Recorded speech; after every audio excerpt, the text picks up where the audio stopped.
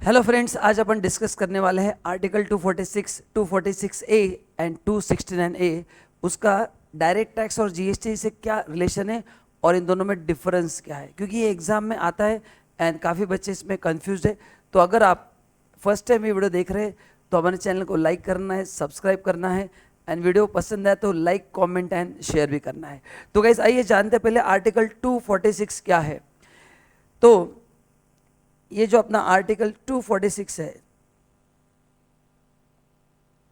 It deals with distribution of taxes या you can say distribution of revenue. India में अलग अलग taxes लगते हैं तो उसका रेवेन्यू किसको मिलेगा, इसका बाइफिकेशन आर्टिकल 246 ने किया है। तो इसमें 3 लिस्ट है। पहला जो है वो है list 1, then next one is list 2 and the next one is list 3। तो लिस्ट 1 में जो भी ड्यूटीज एंड टैक्सेस है, it's a revenue of central government,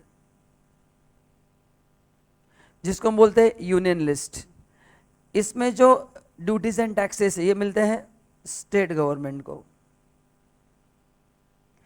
and this is concurrent list.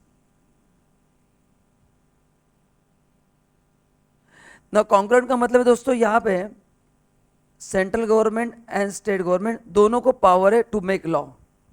तो यहाँ पे इंडिया में जो टैक्स सिस्टम है उसमें जो पावर से इन आर्टिकल 246 ये पावर एक्सक्लूसिव था। एक्सक्लूसिव का मतलब क्या है, कुछ टैक्सेस का रेवेन्यू सेंट्रल को ही मिलता था। जैसे एग्जांपल देता हूं, direct tax, custom duty, service tax,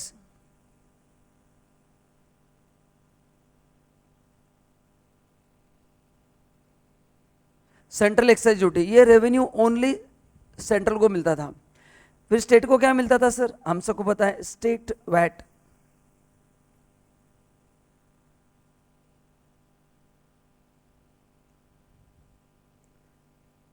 and CST.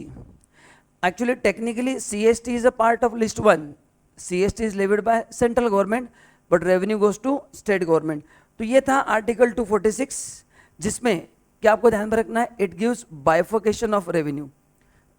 ये जो डिस्ट्रीब्यूशन है, जो भी टैक्स का अलग अलग टैक्सेस जमा होंगे वो पैसा किसको मिलेगा, कुछ सेंट्रल को मिलेगा, कुछ स्टेट को मिलेगा। ठीक है, ओके। नाउ तो सर इसको फिर अमेंड क्यों किया गया, then why we need article 246A? क्योंकि यहाँ पे जो पावर थी वो एक्सक्लूसिव पावर थी। कुछ टैक्सेस देखो, अब लिस्ट देखो, ये जो टैक्सेस है पहला लिस्ट, ये पावर सेंट्रल के पास है, ये पावर स्टेट के पास है। तो उनके जो पावर्स थे वो एक्सक्लूसिव पावर थे। कैसे थे, एक्सक्लूसिव।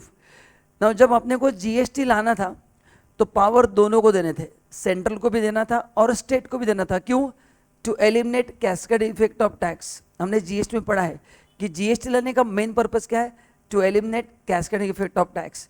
इसलिए गवर्नमेंट ने अमेंड करके आर्टिकल 246A लाया, एंड जहां पे पावर दोनों को दिया गया। खाली वो एक आर्टिकल नहीं, उसकी वजह से और एक आर्टिकल लाना पड़ा विच वॉज 269A। तो इसका भी मैं डिटेल में डिस्कशन करने वाला हूं। तो ये था आर्टिकल 246A। तो डायरेक्ट टैक्स में हमको यही काम में आता है, direct tax, custom duty, it's a revenue of central government. तो इसके लिए अपने को आर्टिकल 246 पढ़ना है। Now let's come to article 246A। आइए, तो ये है आर्टिकल 246A। तो पहले बताओ ये आर्टिकल क्यों लाया गया, क्योंकि पहले जो पावर एक्सक्लूसिव था, कुछ पावर सेंटर के पास, कुछ पावर स्टेट के पास। जीएसटी में दोनों को एक साथ पावर देना था, वन नेशन वन टैक्स, ताकि दोनों लोग सिमिलर टैक्स लगाएंगे, ताकि कैस्केडिंग इफेक्ट एलिमिनेट होगा। इसलिए देखो क्या बोलता है आर्टिकल 246A, सब लोग ध्यान से सुनेंगे। Not with standing anything contain article 246। Not with standing मतलब ओवरराइड करता है। आर्टिकल 246 में क्या लिखा था, एक्सक्लूसिव पावर, इसको हम ओवरराइड करते हैं। In article 246 and 254।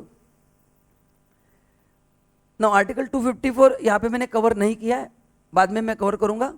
इसमें यह दिया है, मैं जस्ट आपको इन्फॉर्मेशन देता हूं कि कॉन्ग्रेंट लिस्ट में स्टेट को भी पावर है और सेंट्रल को भी पावर है, तो इसमें अगर कुछ गड़बड़ होता है, मतलब इसमें अगर कुछ which will override, because central के लॉ अलग है, स्टेट के लॉ अलग है, तो कौन से लॉ प्रिविल करेंगे उसके बारे में 254 में चर्चा हुई है, तो उसको भी आर्टिकल ओवरराइड करता है। The parliament and subject to clause 2 legislature of every state. Guys ये वर्ड बहुत इंपॉर्टेंट है। तो देखो दोनों को पावर दिया गया, parliament and legislature of every state, दोनों को पावर दिया है to levy tax on goods and service impose by union और स्टेट। तो पहले जो एक्सक्लूसिव पावर थी यूनियन के पास, एक्सक्लूसिव पावर थी स्टेट के पास, अभी दोनों के पास पावर है। तो आर्टिकल 246 का पर्पस क्या है? To provide power to both central and state, दोनों को हमको एक साथ पावर देना था, जैसे कॉन्करेंट लिस्ट में होता है। एंड उसमें और एक बोला गया जो है आर्टिकल 269A, है ना, पार्लियामेंट हैज एक्सक्लूसिव पावर। देखो यहाँ पे एक्सक्लूसिव दिया किसको? पार्लियामेंट को। For interstate supply of goods, interstate का मतलब है between two states, between two union territory, one state one UT, import export, supply to SEZ, इसको बोलते हैं इंटरस्टेट, मतलब बिटवीन टू डिफरेंट स्टेट्स। तो उसमें जो सप्लाई होगा उसका पावर सेंट्रल के पास रहेगा, और इस टैक्स को बोलते हैं हम इंटीग्रेटेड GST, IGST। तो इनिशियली ये टैक्स सेंट्रल गवर्नमेंट कलेक्ट करेगा। अभी आप बोलेंगे सर ऐसा क्यों सर? क्योंकि ये टैक्स पहले सेंट्रल के पास जाएगा, and as we know GST is a consumption based tax. तो जिस स्टेट में गुड्स सर्विस कंज्यूम हुआ है उस स्टेट में ये रेवेन्यू शेयर किया जाएगा। तो ये सेंट्रल गवर्नमेंट डिसाइड करेगा एंड अकॉर्डिंगली ये शेयर डिस्ट्रीब्यूट किया जाएगा। बट ये जो भी होगा ये होगा based on the recommendation of council. ये जो भी होगा वो कैसे होगा? Based on the recommendation of council होगा। तो ये है guys difference between article 246 and 246A। But खाली इतना पढ़ के मतलब नहीं है, हमको इसके साथ और एक आर्टिकल पढ़ना पड़ेगा जो है आर्टिकल 269A। देखो क्या है,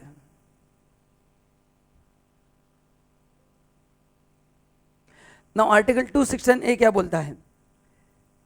इंटरस्टेट ट्रेड एंड कॉमर्स, जो मैंने कहा अभी IGST, इसका पावर किसको दिया है?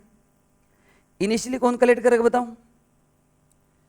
The goods and service tax on supply in the course of interstate trade और commerce shall be levied collected by government of India. तो इनिशियली ये पार्लियामेंट लेवी करेगा, सेंट्रल के पास जाएगा, एंड बाद में इसका अपॉर्चमेंट होगा between union and state as per the recommendation of council. As per the recommendation of council decide करेगा उसका अपॉर्चमेंट कैसे होगा। तो गाइस ये थे 3 छोटे छोटे एंड इंपॉर्टेंट आर्टिकल, बट बहुत इंपॉर्टेंट थे। कौन से देखे अपन ने? Article 246 and 246A and 269A, ये दोनों साथ में पढ़ना है। तो जब डायरेक्ट टैक्स का क्वेश्चन है तो आपको आर्टिकल 246 के हिसाब से पढ़ना है, बट जब आप GST में आते हैं तो 246A एंड 269A इंपॉर्टेंट है। तो अगर आपको ये पसंद आया रहेगा तो नीचे कमेंट में ज़रूर बताना कि दोनों में आपको डिफरेंस क्या समझा। एंड वीडियो अच्छा लगा तो लाइक करना है, शेयर करना है। ऐसे बहुत सारे कॉन्सेप्ट्स मैं आपके लिए लेके आ रहा हूँ। तो guys thank you so much and see you soon, bye bye.